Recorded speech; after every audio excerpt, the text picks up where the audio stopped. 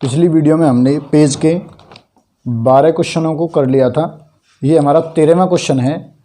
इसे आगे बढ़ाते हैं, इसे करते हैं। इसमें क्या देख रखा है, इंटीग्रेशन की लिमिट 0 to π/2 है। 2 log sin x माइनस के log sin 2x equals to prove करना है हमें माइनस π/2 log 2। देखते हैं, तो हम इसे LHS पार्ट को ले लेते हैं, इसे i के इक्वल मान लेते हैं।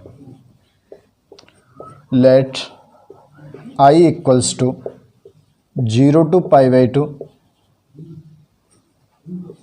2 log sin x माइनस के log sin 2x dx। i equals to 0 to π/2। अब क्या करेंगे, देखो 2 log sin x हम जानते हैं log m की पावर n क्या होता है, n log m। ये पावर आगे आ जाएगी तो इसे क्या लिख देंगे, n log m। ऐसे ही इसे पीछे भी ले जा सकते हैं, फिर कैसे लिख सकते हैं, log m की पावर n। इस पावर को जो आगे है log के, उसे इसकी पावर बना देते हैं। तो इस 2 को इसकी पावर बना देंगे, क्या हो जाएगा, log sine square x. Clear है यहाँ तक बात, माइनस के log साइन 2x dx। अब क्या होगा, देखो log m माइनस के n, log m माइनस के log n, log m minus के log n, log ये क्या होता है, log m upon n, log m minus के log n, log m upon n। तो इसे क्या लिख देंगे, i equals to integration 0 to π/2 log sine square x upon sine 2x dx।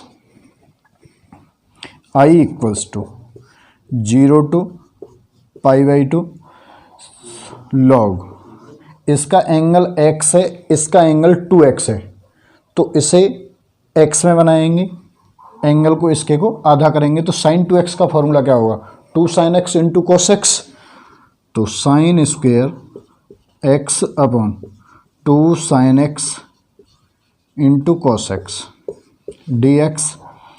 Sine x से एक साइन x इसमें कट जाएगी, साइन x बचेगी, क्या हुआ, i equals to 0 to π/2 log sine x upon 2 cos x dx।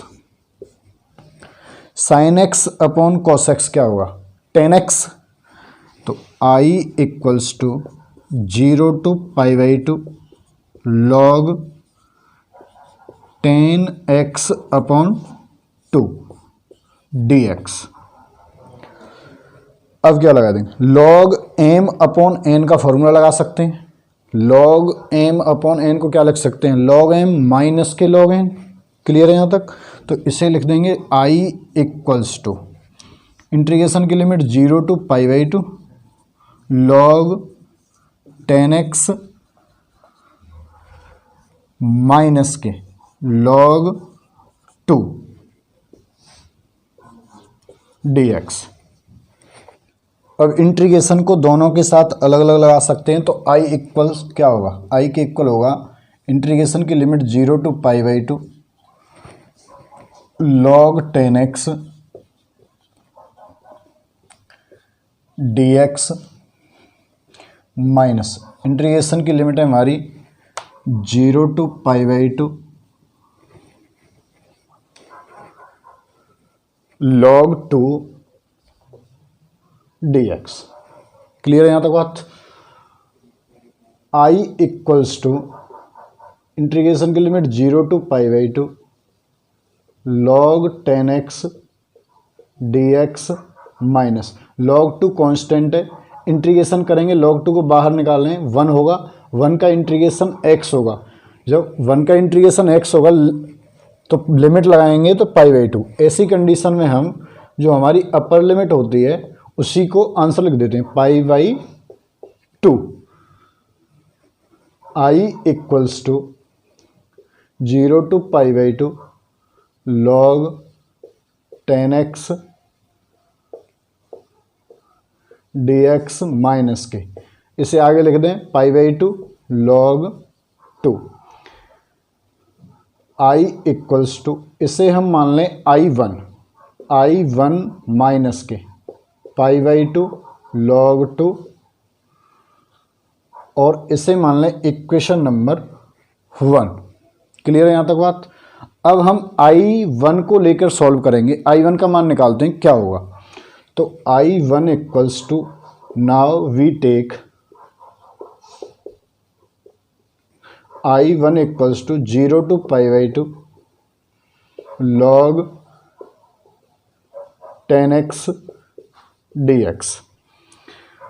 I1 equals to 0 to π/2, चौथी property लगाएंगे, fourth property लगाएंगे इसमें, तो लिमिट में से, अपर लिमिट में से इसे घटा देंगे, log 10 π/2 minus k x dx।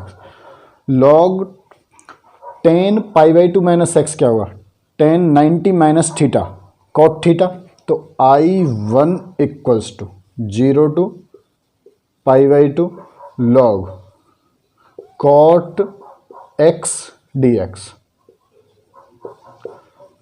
10 90 minus theta, 10 90 minus theta cot theta होगा, तो ये होगा log cot x। इसे इक्वेशन नंबर 2 मान लें और इसे इक्वेशन नंबर 3 मान लें। अब दोनों को ऐड कर दें, एडिंग 1 2 and 3 I1 और I1, 2I1 होगा equals to 0 to π/2 log 10x plus log, दोनों की इंटीग्रेशन की लिमिट एक है तो एक को लिख सकते हैं, log 10x plus log cot x होगा, log m प्लस के log n, ये होगा हमारा log 10x plus log cot x dx। मैंने इंटीग्रेशन एक इसलिए लगाया है क्योंकि अगर इंटीग्रेशन की लिमिट दोनों की एक हो तो हम एक इंटीग्रेशन से काम चला सकते हैं। log m प्लस के log n, log m into n, तो 2I1 equals to integration 0 to π/2 log 10x into cot x dx, log m plus के log n, log m into n, तो 10x into cot x, 10x cot x को काट देगा, एक बचेगा यहाँ पे, और log 1 का मान होता है 0, log 1 dx, log 1 का मान 0, तो 2I1 इक्वल्स टू क्या होगा 0, I1 इक्वल्स टू क्या होगा 0। I1 के मान को यहाँ रखेंगे तो क्या हो जाएगा, I1 इक्वल्स टू I1 का मान यहाँ 0 रखेंगे, 0 माइनस के π/2 log 2, तो I इक्वल्स टू हो जाएगा हमारा माइनस के π/2 log 2। यही हमें प्रूव करना था। क्लियर है।